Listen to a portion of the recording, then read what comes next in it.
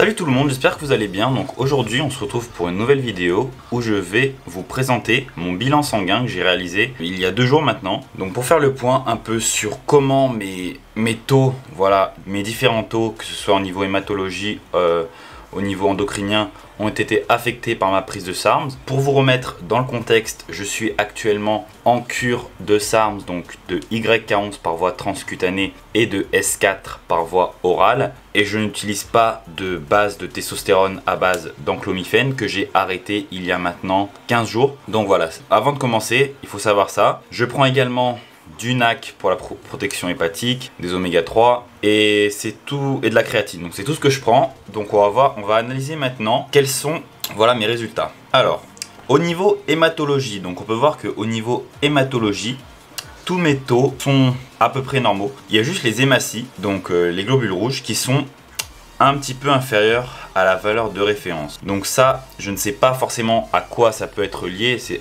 vraiment 0,3 points en dessous, donc je pense pas que c'est vraiment quelque chose de très grave. Mes antériorités, donc j'étais à 4,86, là je suis à 4,41, donc c'est peut-être dû à un entraînement intensif.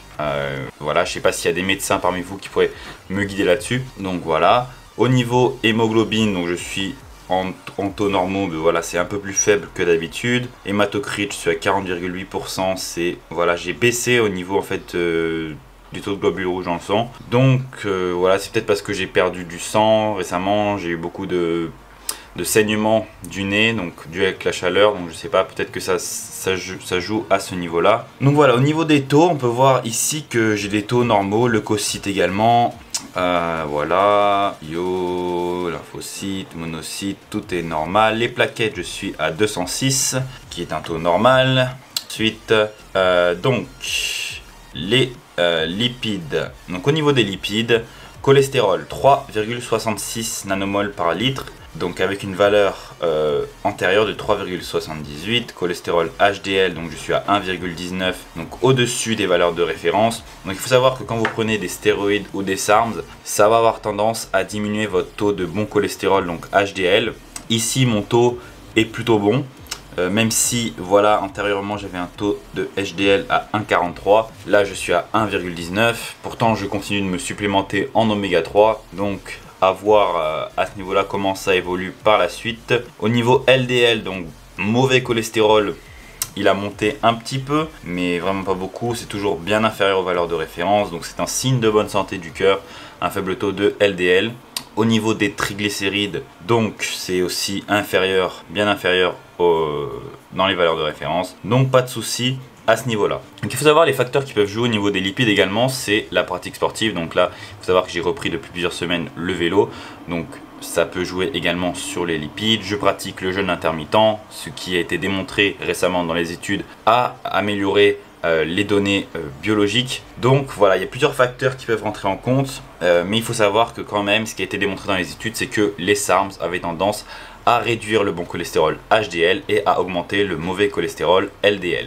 Ok, au niveau de ma glycémie, donc là je ne prends plus de MK677, mais je prenais du MK677 au début de l'année, mais je n'ai pas eu d'impact sur la glycémie, alors qu'on a vu que ça pouvait quand même avoir des impacts sur la glycémie. Donc là je suis à 0,81 g par litre, avec une valeur de référence inférieure à 1,01, avec une antériorité à 0,77, donc c'est un taux qui n'a pas forcément évolué, resté à peu près le même, donc ça veut dire que j'ai une bonne sensibilité à l'insuline globalement, ce qui est une bonne chose. Au niveau donc ça, hémoglobine glyquée fraction AC1C, je ne sais pas forcément ce que ça veut dire, donc s'il y a des médecins parmi vous, n'hésitez pas à me dire en commentaire ce que ça signifie. Au niveau du calcium, donc bon dans les valeurs de référence, niveau du phosphore également.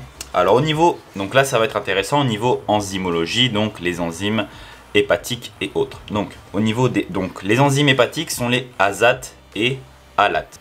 Donc vous voyez que en antériorité, donc le 17 juin 2022, j'avais une azate supérieure à la norme qui est inférieure à 35, j'étais à 49. Donc à ce moment-là, je crois que je n'avais pas Je ne sais plus exactement si j'étais encore sous MK677, mais ça peut avoir un impact voilà, sur les enzymes hépatiques. J'avais prenais du S23 aussi au début de l'année et j'avais des valeurs qui étaient 2 fois supérieures, donc environ à 70. Là, je prends du NAC, je prends YK11 de manière transcutanée, donc ça a un moins grand impact sur le foie, et du S4 par voie orale, donc avec quand même du NAC donc à 800 mg par jour. Donc on voit que je suis un peu en haut, voilà, de inférieur à 35, je suis à 34, c'est une bonne valeur, c'est dans la norme, mais voilà, je ne sais pas si j'enlève le NAC, est-ce que la valeur va augmenter, ou alors est-ce que c'est que le S4 a un très faible impact sur les valeurs d'enzymes hépatiques. Donc je pense que c'est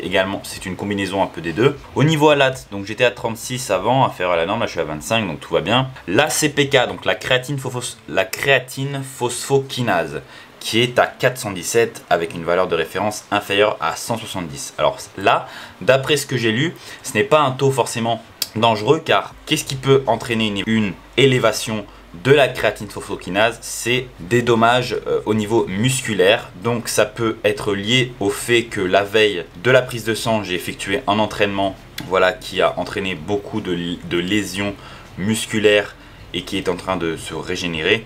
Donc ce n'est pas forcément, voilà, un taux auquel on doit se fier lorsqu'on est sportif et qu'on pratique du sport assez régulièrement. Donc si on veut obtenir une vraie valeur indicative, il faudrait plutôt, voilà, faire ce test après plusieurs jours sans sport pour, voilà, totalement récupérer. Donc au niveau de ce taux là, je ne pense pas qu'il y ait, voilà, d'impact.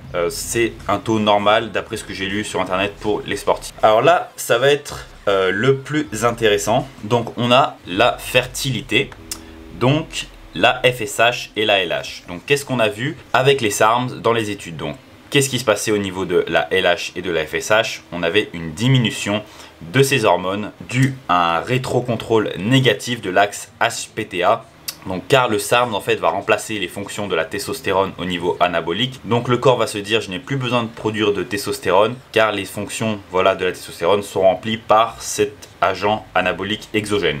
Donc au niveau de la FSH, je suis à 5,5 avec une antériorité, donc ça c'était en 2016 lorsque j'étais anorexique et que j'avais un poids du corps inférieur à un IMC de 18,5, donc en sous-poids, malnutrition. Donc pour les hommes, les valeurs normales sont entre 1,5 et 12,4, donc je suis à 5,5, ce qui est tout à fait normal. Là, ce qui est intéressant, c'est au niveau de la LH. Donc au niveau de la LH, je suis à 10,3, donc avec des valeurs de référence pour les hommes comprises entre 1,7 et 8,6. Alors comment je pourrais expliquer ce taux de LH assez important? Donc il faut savoir que pendant plusieurs mois, j'ai fait, voilà, une supplémentation en enclomifène avec mes cures de SARMs, donc l'enclomifène, qui va en fait entraîner une production plus importante de LH pour pouvoir produire plus de testostérone au niveau des testicules. Donc en fait c'est pour ça que ça s'appelle, j'appelle ça une base de testostérone, car en fait ça va permettre par une surproduction de LH, voilà, pendant la prise de enclomifène ou de clomide, de produire de la testostérone à des niveaux normaux, même en prenant un SARM de manière exogène. Donc là je suis à 10,3, c'est un peu au-dessus de la norme. Donc je ne sais pas si c'est forcément grave ou s'il y a un impact, mais moi je pense personnellement, voilà, comme j'ai arrêté l'enclomifène il y a 10-15 jours, je pense que ça a toujours un impact, hein, sur ma production de LH. Je pense que les effets ne sont pas encore totalement partis. Donc voilà, je pense que ce taux de LH est dû à cette prise d'enclomifène. Au niveau de la testostérone, alors on peut voir que je suis à 23,90 nanomol par litre. Donc ça fait un taux de 693 nanogrammes par décilitre. Donc c'est une valeur de référence généralement. Donc c'est un taux tout à fait normal, hein, au milieu de la norme, donc un peu au-dessus du milieu de la norme. C'est un taux normal de testostérone. Pourtant, je suis en cure de SARMs. Donc ça peut paraître un peu bizarre d'avoir un taux normal de testostérone, mais comme je vous l'ai dit, je pense que ceci est dû à ma prise d'enclomifène, donc qui agit comme une base de testostérone, ce qui fait que, voilà, votre testostérone est maintenue à un niveau normal. Donc je ne sais pas si j'avais testé, voilà, la testostérone lors de ma prise d'enclomifène, est-ce que le taux serait plus haut que celui-ci? Je ne sais pas forcément, mais voilà, pour vous dire que j'arrive à maintenir ma testostérone dans une zone normale, même en prenant des SARMs, grâce à la prise, voilà, concomitante d'enclomifène avec les SARMs.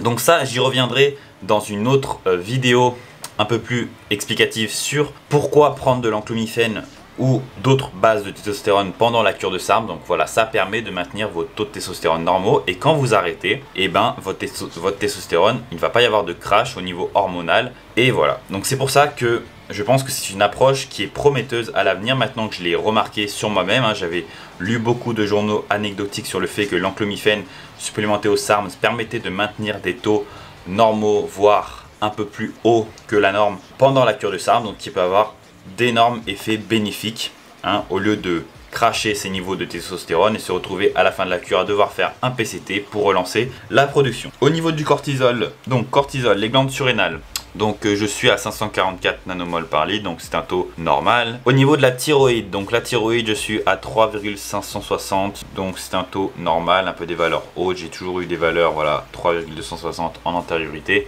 Au niveau de la thyroïde, donc thyroxine libre, donc T4L, je suis à 14,1, donc avec une antériorité à 12,1. Donc on voit que j'étais en dessous de la norme lors de mon passage en anorexie mentale, en sous-poids. Donc ce qui veut dire que bon, je suis pas, voilà, je sais pas, voilà, s'il y a des médecins également, vous pouvez m'indiquer là-dessus, mais je suis dans la norme, donc je sais pas si c'est une valeur forcément bonne ou pas, mais je suis dans la norme, donc voilà, pas de soucis à ce niveau-là. Donc voilà pour la vidéo sur ma prise de sang. Donc j'espère que ça vous aura intéressé un petit peu pour voir comment, voilà, mon corps a réagi à la prise de SARM. Vous avez vu que en faisant les choses bien, en ayant une bonne hygiène de vie, en prenant les bons compléments avec les SARMs, donc on peut tout à fait être en bonne santé.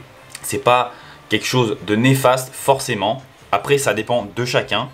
Bien sûr, mais il faut faire les choses bien. Si on prend les bons dosages, si on supplémente correctement, l'impact que ça va avoir sur votre corps sera minime. Donc c'est pour ça que j'ai fait cette chaîne en premier lieu, pour sensibiliser les gens, donc ceux qui veulent se doper, ceux qui veulent prendre des stéroïdes ou des SARMs, de connaître, voilà, tous les paramètres qui permettent de limiter les dommages qu'il peut y avoir sur votre corps. Donc voilà, donc j'espère que cette vidéo vous aura plu. Si vous avez des questions, n'hésitez pas à les poser en commentaire, j'y répondrai. Sinon, allez sur mon Instagram qui va s'afficher à l'écran, donc Pierre-8Gourdon. N'hésitez pas également pour votre commande de SARM, si vous souhaitez acheter des SARMs, allez sur Pure Rose, vous avez moins 15% avec le code qui va s'afficher à l'écran, donc Pierre PRZ. Donc moins 15% sur toute votre commande de SARMs. Donc ça peut être intéressant au niveau tarif. Également, n'hésitez pas à vous abonner à la chaîne, à liker la vidéo, à laisser un commentaire, ça aide toujours pour l'algorithme YouTube, et à activer la cloche des notifications pour ne pas manquer les prochaines vidéos qui vont sortir. Et puis je vous souhaite, si vous êtes en vacances, passez de bonnes vacances. Sinon, courage pour ceux qui travaillent en cette période de canicule. J'espère qu'on se retrouvera bientôt sur la chaîne pour une nouvelle vidéo. Allez, salut les gars, bye bye.